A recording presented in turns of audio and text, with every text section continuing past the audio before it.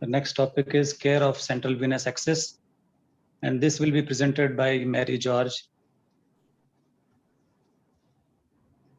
So before Mary starts, I just want to introduce you to her that she has been our teacher in Tata Hospital, Mumbai, and she was the probably first nurse who started the chemotherapy port insertion in Tata Hospital, Mumbai, and many of my colleagues have learned from her about the central venous access, and we are proud of her hard work. Currently, she is in US with her daughter, and she has agreed to deliver this talk and spare time for us for this early morning. Thank you so much, Mary sister. God bless you. Thank you.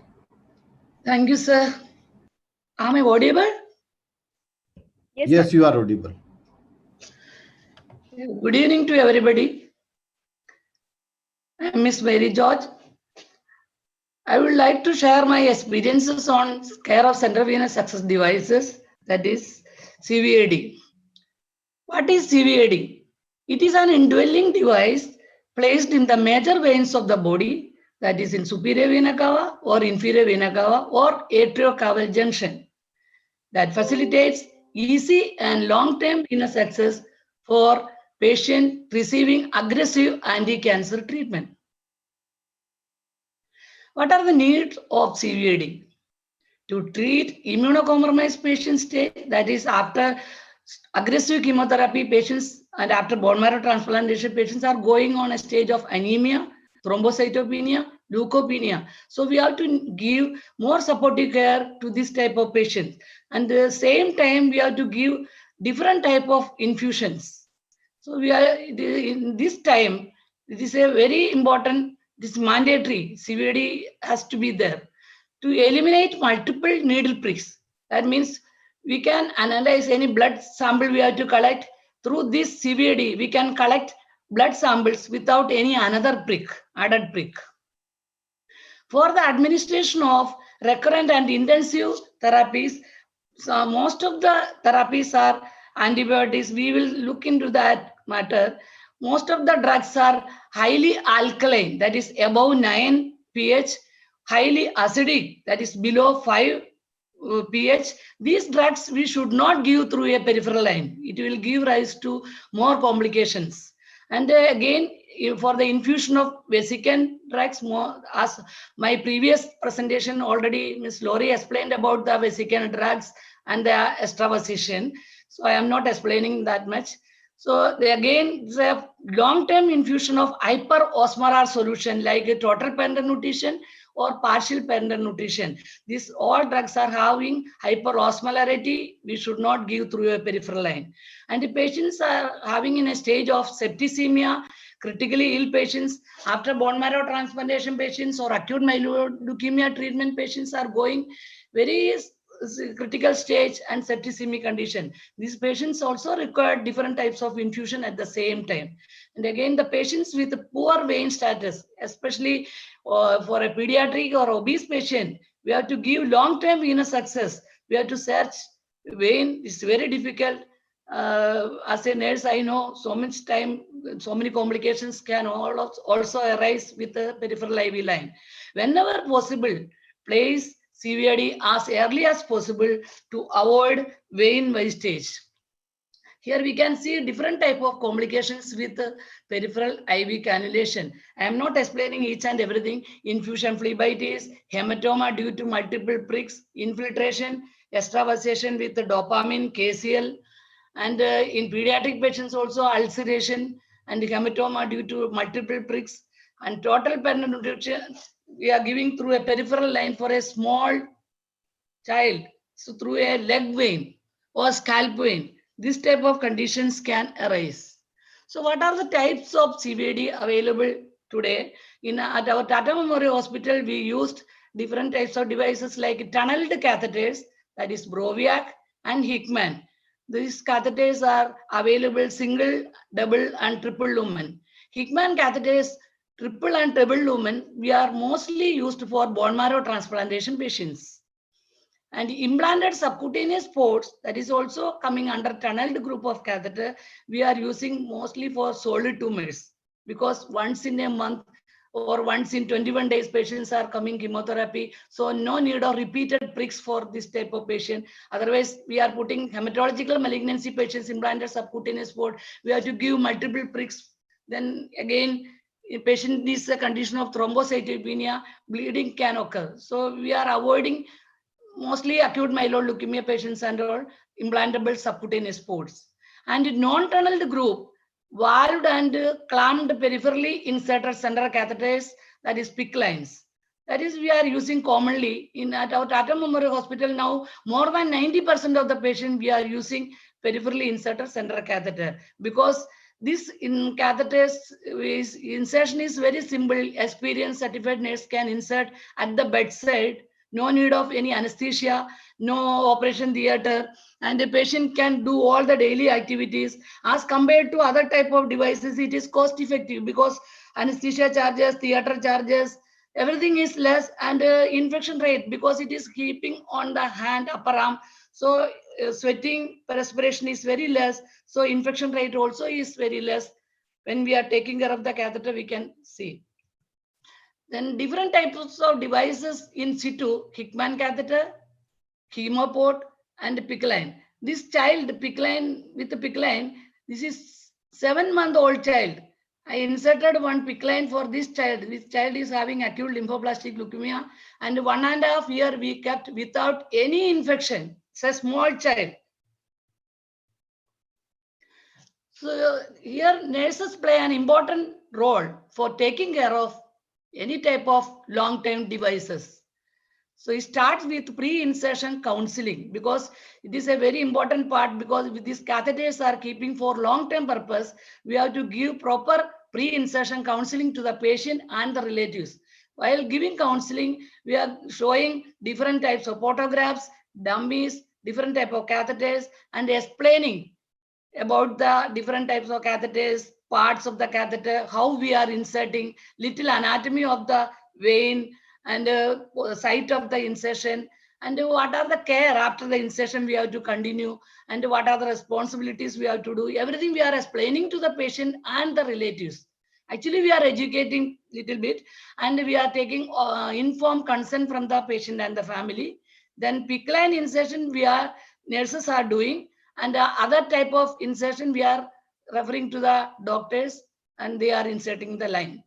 After the insertion, again, our care is continuing prevention and solving of catheter-related problems and application of theory into practice.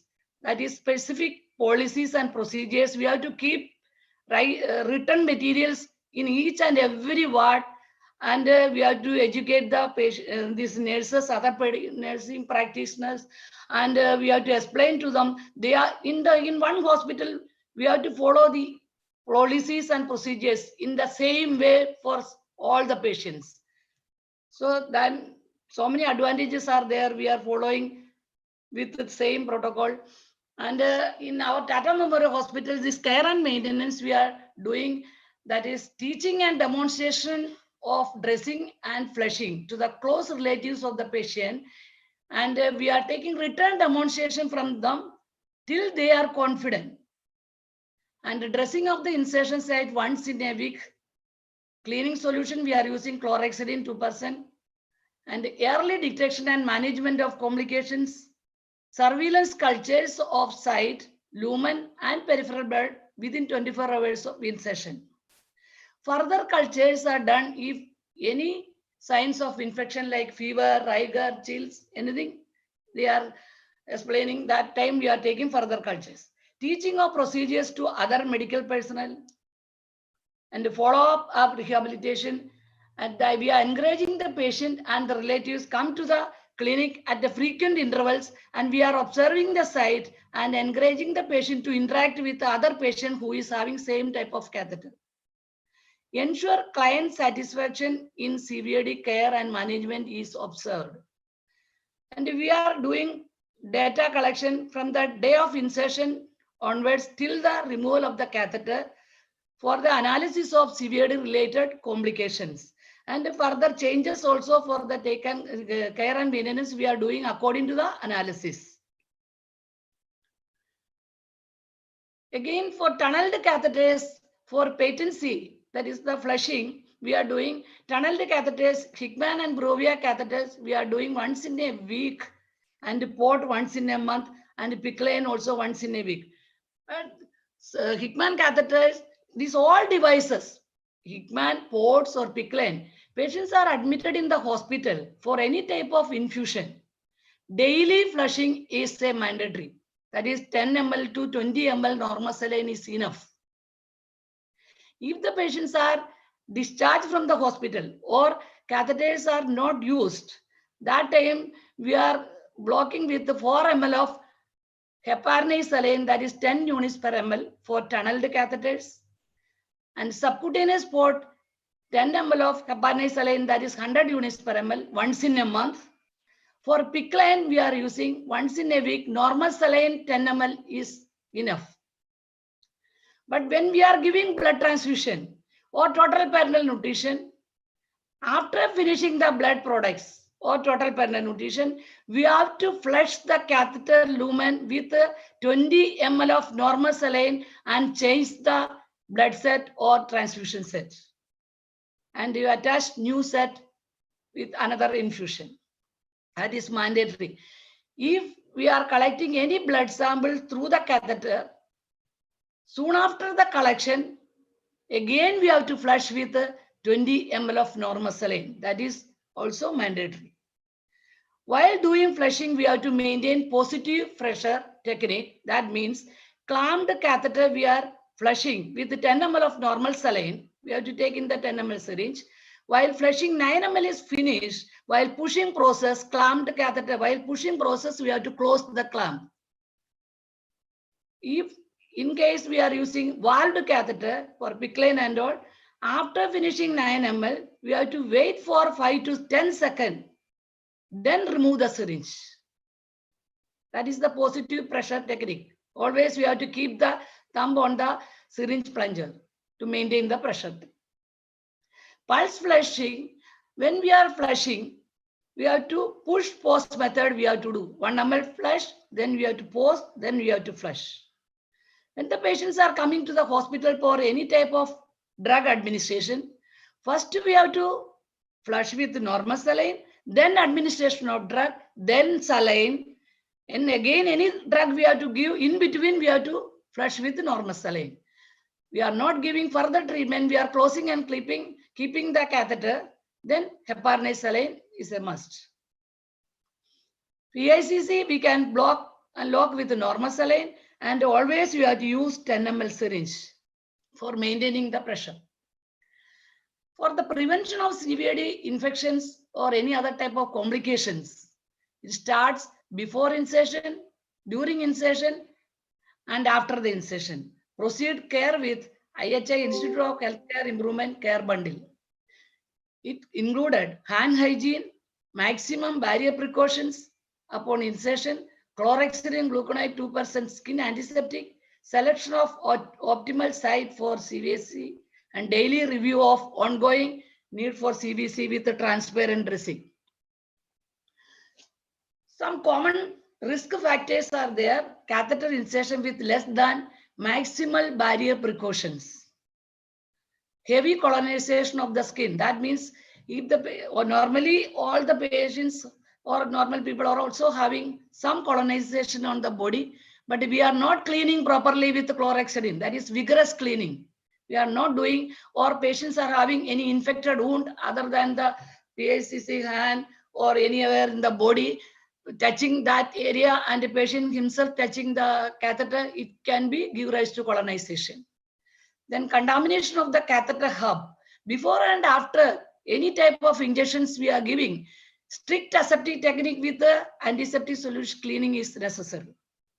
And increased frequency of catheter manipulation. If the catheters are used for any type of administration, once in 24 hours we have to open the catheter and flush the catheter lumen and change the IV set. And all the blood collections we have to do at the same time. If necessary, we can do any emergency, we can open the catheter. Otherwise, frequently we should not open the catheter for any simple work. And the nurse to patient ratio, and experienced nurses are less according to the patient ratio, it can also give rise to infection rate. And the type of device means we are not using proper material like a silicone or other long-term catheters we are using with simple plastic or rubber. It can be give rise to infections. Then use of parenteral nutrition, or already nutrition is having a nice media for the growth of organism. So while giving parenteral nutrition also we have to be very careful. Patient characteristic also, then patients are according to the age, or patients are mentally irritated, they are not healthy. Sometimes they will go to the bathroom wetting the dressing, it will give rise to infection. Contaminated equipment, proper sterilization is a must. And poor catheter care and management. Even though we are taking care very carefully, some infectious and non-infectious complications can arise. Site infection, that is insertion site, in tunneled catheter, insertion site and exit sites are there. But for PICC line, only one side catheter is coming out or inserting the site. That site means in any infection within 2 centimeters of the site, any induration, redness, swelling, any discharge. With the transparent dressing, we can observe any suspected infection is there, we have to treat accordingly. Port pocket infection, already as previously we had seen, some infections or extravasation can happen on the port side. That also we have to observe very nicely. Then tunnel infection, more than 2 centimeters from the exit side along the tunnel, any induration, redness, swelling, pain is there, that is tunnel infection. This we have to treat with parenteral antibiotics, cultures we have to do, and within 24 to 48 hours it is not reduced, we have to remove the catheter.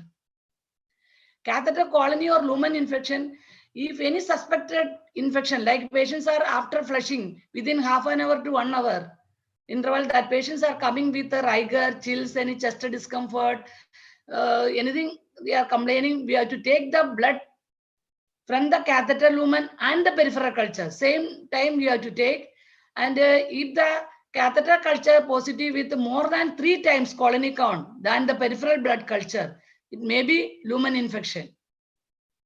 Catheter related septicemia, both cultures are positive with same type of organism with same colony count, that is catheter related septicemia.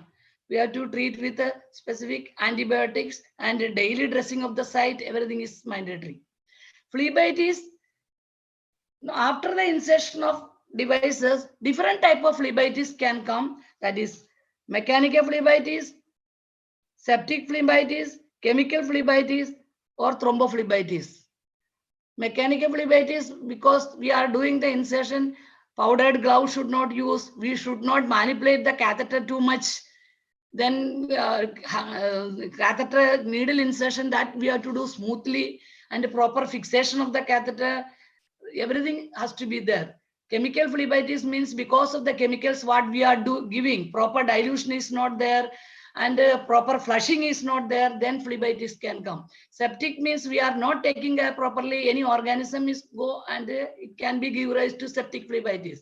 Then again thrombophlebitis, because after the insertion some thrombus will be there with the needle prick, that phlebitis can give rise to phlebitis. Everything has to be treated accordingly, and soon after the insertion, within 3 to 2-3 days, within 2-3 days of insertion, any redness, swelling starts, then and there we have to treat with local application of thrombogel ointment, and afterwards glycerin maxillary compressions also we can give. Then block, that is the common thing that I will explain. Fracture, malposition, dislodgement, accidental expulsion. These all things are non-infectious complications. And occlusion, that is block, risk factors are there, that abnormal clotting times, if patients are having. Then solutions high in calcium and lipids, that also give rise to occlusion. Incompatible drugs, we are not doing in between proper saline flushing, it can be give rise to blockage. Then handling by untrained staff. For the exact causes we will tell: poor flush technique. We are not doing proper flushing. In between any drug we are giving, we don't know what drug is precipitate for the other drug. So saline flushing is mandatory. Then insoluble or incompatible drugs we are giving, that time also occlusion can happen. Then fibrin sheath. Soon after the insertion, fibrin sheath, especially for open-end catheter like a Hickman subcutaneous port, fibrin sheath is coming at the tip, like acting like a valve. When we are pushing injection, it will go. When we are aspirating, it will close, like with that fibrin valve. It can be partial or complete. So that also we have to treat according to that. We have to proper flushing, saline flushing, 20, 30, 40 ml sometimes we have to do. That is very nicely we have to flush with a little bit pressure, force and flush we have to do. Then poor securement of the catheter. Sometimes if you are not doing proper securement, then catheter will get twisting or pinching of the catheter can happen. So in clinical intervention, what we have to do, check for any mechanical obstructions are there or not. Clamp is closed while pushing, clamp is open or not.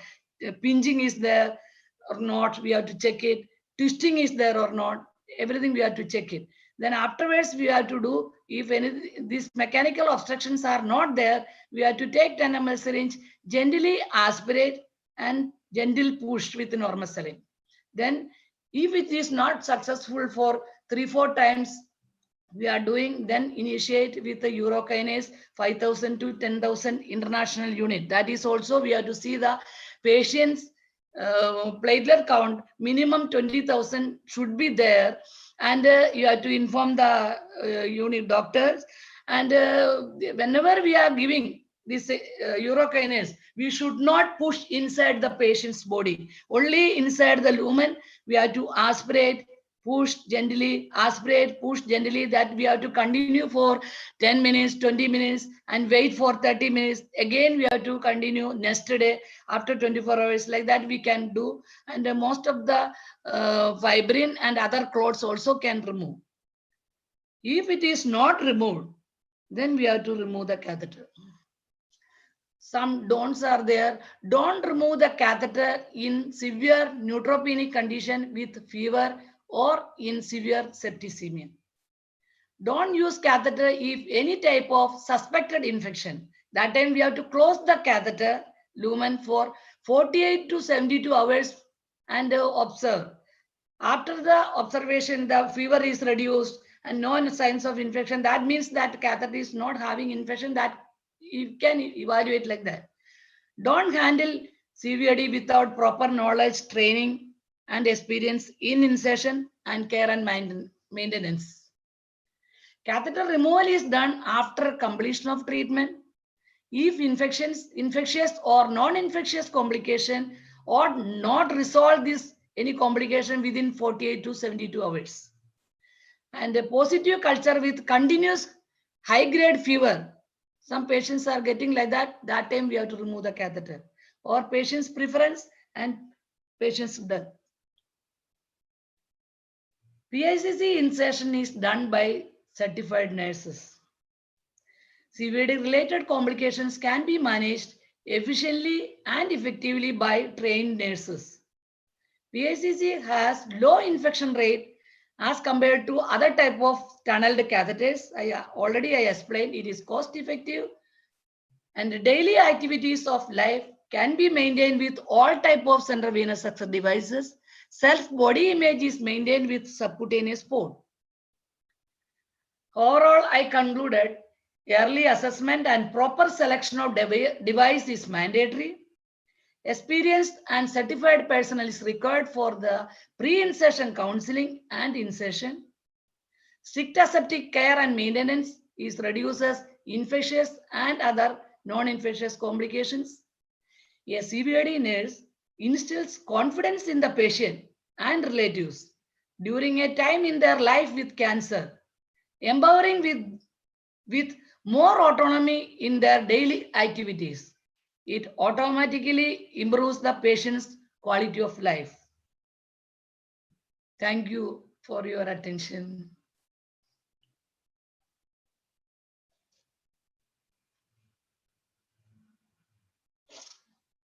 Yeah.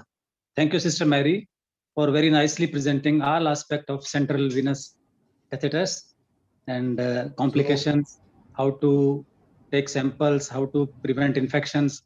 So very nice presentation.